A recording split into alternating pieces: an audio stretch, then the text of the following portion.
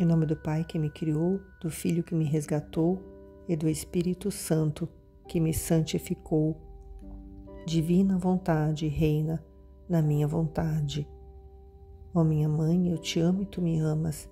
Dá-me um gole da vontade divina para minha alma e me abençoa, Mãe, para que todas as minhas ações sejam feitas diante de vossos olhos maternais. Amém. Fiat. Especial Semana Santa. O Evangelho como me foi revelado, escrito por Maria Valtorta. O sábado antes da entrada em Jerusalém, judeus e peregrinos em Betânia, o Sinédrio decide. 27 de março de 1947. Amor e ódio é que levam muitos dos peregrinos a se reunirem em Jerusalém, e muitos moradores de Jerusalém a irem para Betânia, sem nem esperar que o pôr do sol tenha terminado. Pelo contrário, o sol mal começou a pôr-se, quando os primeiros deles já chegaram à casa de Lázaro. E a Lázaro, que tendo sido chamado pelos servos, ficou admirado por essa violação do sábado, porque os primeiros que chegaram foram justamente os mais conhecidos entre os judeus como intransigentes.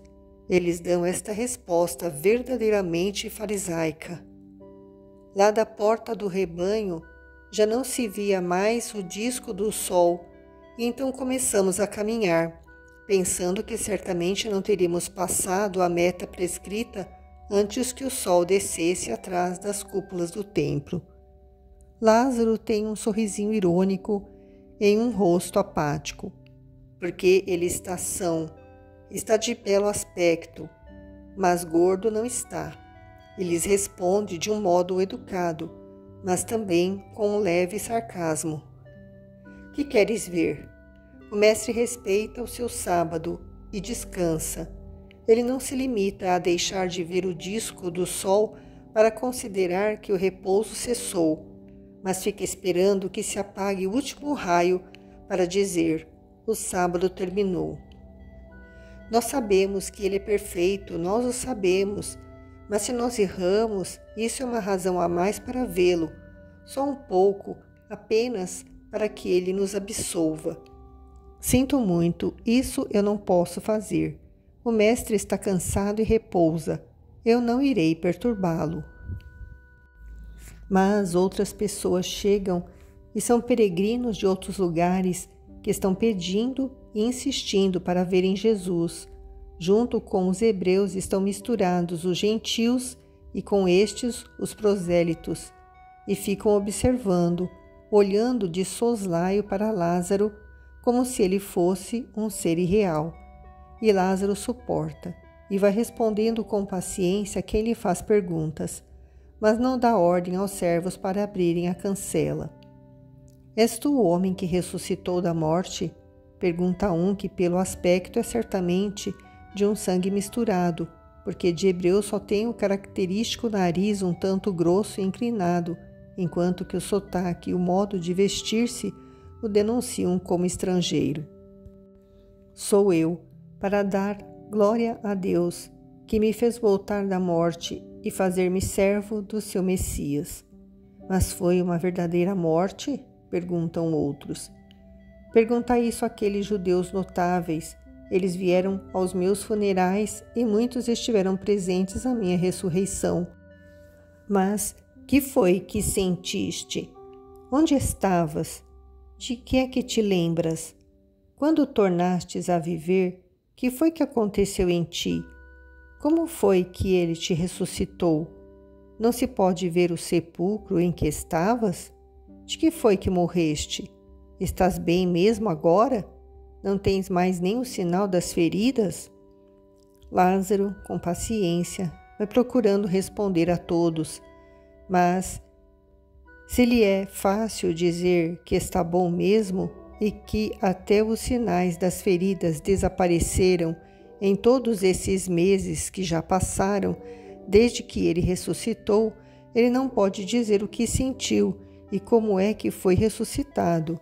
e responde: Eu não sei, achei-me vivo no meu jardim, entre os meus servos e minhas irmãs. Quando me livraram do sudário, eu vi o sol, a luz, tive fome, comi, gozei da vida e do grande amor do Rabi por mim. O resto, mais que eu, sabe não dizer aqueles que estavam presentes. Lá estão 3 que estão falando. E lá mais 2 que acabaram de chegar. Estes últimos são João e Eleazar, sinedritas. Os 3 que estão falando são 2 escribas e um fariseu, que viu de fato a ressurreição de Lázaro, mas dos quais eu não me lembro os nomes. Eles não falam conosco, que somos gentios, e de vós que sois judeus, interrogá-los. Mas tu, pelo menos, mostra-nos o sepulcro onde estiveste. São insistentes, a mais não poder. Lázaro resolve decidir-se. Diz qualquer coisa aos servos e depois se volta para as pessoas. Ide por aquela estrada que passa por esta e pela outra minha casa. Eu irei ao vosso encontro para levar-vos até o sepulcro, ainda que o que se pode ver lá seja apenas um buraco aberto numa rocha. Não importa, vamos, vamos. Lázaro, para! Nós também podemos ir? Ou para nós é proibido que se concede a estrangeiros? Diz um escriba. Não, Arquelau, vem tu também. Se para ti não é contaminação aproximar-te de um sepulcro. Não, porque ele não contém a morte. Mas a conteve por 4 dias, e por muito menos do que isso já somos reputados impuros em Israel. Aquele que roça suas vestes em alguém que tocou num cadáver, vós dizeis que ele está imundo. E o meu sepulcro ainda exala cheiros de morte, embora esteja aberto há tanto tempo. Não importa, nós nos purificaremos. Lázaro olha para os 2 fariseus, João e Eleazar, e lhes diz: Vós também vindes? Sim, vamos. Lázaro vai logo para o lado cercado com sebes altas e compactas, como uns muros. Abre uma cancela colocada em uma delas e aparece ao lado da estrada que vai para a casa de Simão, fazendo sinal para que os estão esperando, a fim de que vão para a frente. Ele os conduz para o sepulcro. Um roseiral em flor contorna a entrada dele, mas seu perfume não é suficiente para acabar com o mau cheiro que emana de uma tumba aberta. Sobre a rocha inclinada, que está sobre o arco florido, lêem-se estas palavras: Lázaro vem para fora. Os mal-intencionados veem logo aquelas palavras e sem demora dizem: Por que mandastes esculpir lá aquelas palavras? Não devias ter feito? Por quê? Na minha casa eu faço o que eu quero e ninguém pode acusar-me de pecado se eu fiz gravar sobre a rocha para ficarem indestrutíveis as palavras do grito divino que me restituiu a vida. Quando eu estiver lá dentro e não puder mais celebrar o poder misericordioso do Rabi, que o sol ainda as leia sobre a pedra, que as plantas as aprendam dos ventos que acariciam os passarinhos e as flores continuem, por meio de mim, a bendizer o grito do Cristo que me livrou da morte. Tu és um pagão, um sacrílego é o que tu és. Tu blasfemas contra o nosso Deus. Tu celebras o sortilégio do filho de Belzebu. Cuidado, Lázaro.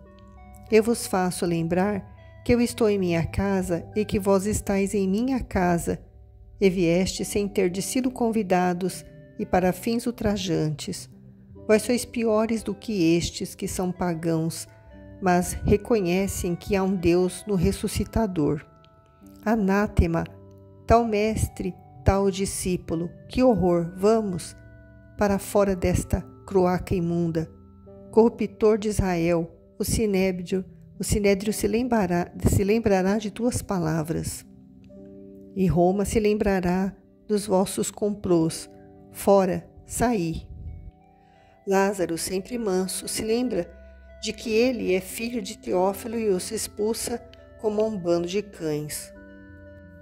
Só ficaram os peregrinos de diversos lugares e pedem e ficam esperando e implorando para verem o Cristo. Vós o vereis na cidade, agora não posso. Ah, então, ele vai à cidade? Vai mesmo? Não estarás mentindo? Irá mesmo, se eles o odeiam tanto? Ele vai. Agora ide tranquilos. Estais vendo como a casa descansa?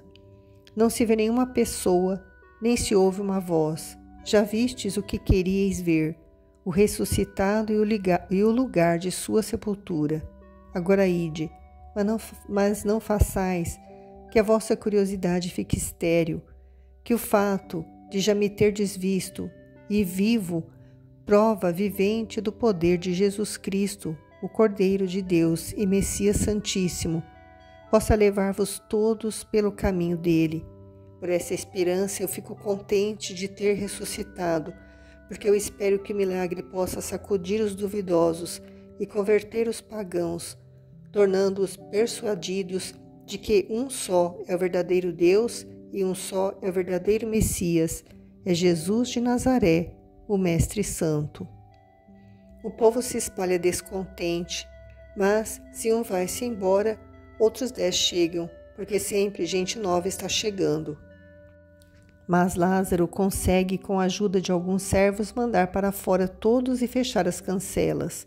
Ele dá um sinal de que vai retirar-se com esta ordem: vigiai para que não forcem as cancelas nem as transponham. Logo chegará a tarde e eles irão para os seus refúgios. Quando vê sair de trás dele, de um matagal de murtas, Eleazar e João: que é isso? Eu não vos tinha visto e achava que não nos expulses, escondemo-nos numa moita para não sermos vistos. Precisamos falar com o mestre. Viemos nós porque somos menos suspeitos do que José e Nicodemos, mas não queríamos ser vistos por ninguém, a não ser por ti e pelo mestre. São de confiança os teus servos? Na casa de Lázaro o costume é ver e ouvir somente o que agrada ao patrão e não saber de nada por meio de estranhos. Mas vinde, por este caminho, por entre estas duas paredes de verdura, mais opacas do que um muro. E ele os guia, indo por aquele trilho que está entre as duas barreiras impenetráveis dos buchos e dos loureiros. Ficai aqui, eu vos trarei Jesus. Que ninguém fique sabendo, não temais. A espera dura pouco. Logo pelo caminho meio escuro por causa do cruzamento dos ramos, aparece Jesus, todo de branco, em sua veste de linho, e Lázaro fica no fim do caminho como se fosse um guarda ou por prudência. Mas Eleazar lhe diz, e mais do que dizer, lhe faz um sinal: vem aqui. Lázaro se aproxima enquanto Jesus saúda os dois, que se inclinam profundamente. Mestre, e tu, Lázaro, escutai. Mal se espalhou a notícia de que tu viestes e estás aqui. O sinédrio se reuniu na casa de Caifás. Tudo o que lá se está fazendo é um abuso. E ficou decidido. Não te iludas, mestre. Toma cuidado, Lázaro, que não vos engane uma paz fingida, uma aparente sonolência do sinédrio. É um fingimento, mestre. Um fingimento para atrair-te e prender-te, sem que a multidão se agite e se prepare para defender-te. A tua sorte está marcada e o decreto não muda. Que seja amanhã ou daqui a um ano, mas se cumprirá. O sinédrio não se esquece nunca de suas vinganças. Ele espera, sabe esperar a ocasião propícia e depois, e tu, Lázaro, e também querem dar cabo de ti, prender-te, suprimir-te, porque por tua causa muitos os abandonam para seguir o Mestre. Tu bem que o disseste, com uma palavra justa, és o testemunho do seu poder, e querem destruir tal testemunho. As multidões logo se esquecem, e eles sabem disso. Ao desaparecerem tu e o Rabi, muitos ardores se apagarão. Não, Eleazar, elas lançarão labaredas de Jesus. Ó Mestre, mas que acontecerá se tu fores morto? Que nos valerá que a fé em ti lance labaredas? Se isso acontecer, se tu fores suprimido, eu esperava poder dizer-te apenas uma coisa alegre e fazer-te um convite. A minha esposa em breve dará à luz o filho que a tua justiça fez florescer, trazendo a paz entre dois corações sacudidos por uma tempestade. Nascerá em Pentecostes. Eu quereria dizer-te que vieste abençoá-lo. Se tu entrares na minha casa, toda desventura estará para sempre longe dela, diz o fariseu João. Eu te dou, desde já, a minha bênção. Ah, tu não queres ir à minha casa, não crês que eu te seja fiel, mas eu o sou, mestre, Deus o está vendo. Eu o sei, é que por Pentecostes eu não estarei mais no meio de vós, mas o menino nascerá na casa de campo. Eu sei, mas não estarei aqui. Assim mesmo, tu, tua esposa, o nascituro e os outros filhos que já tens, todos têm a minha bênção. Obrigado por terdes vindo. Agora ide, conduze-os pelo caminho que vai para lá da casa de Simão. Que não sejam vistos. Eu volto para casa. A paz esteja convosco.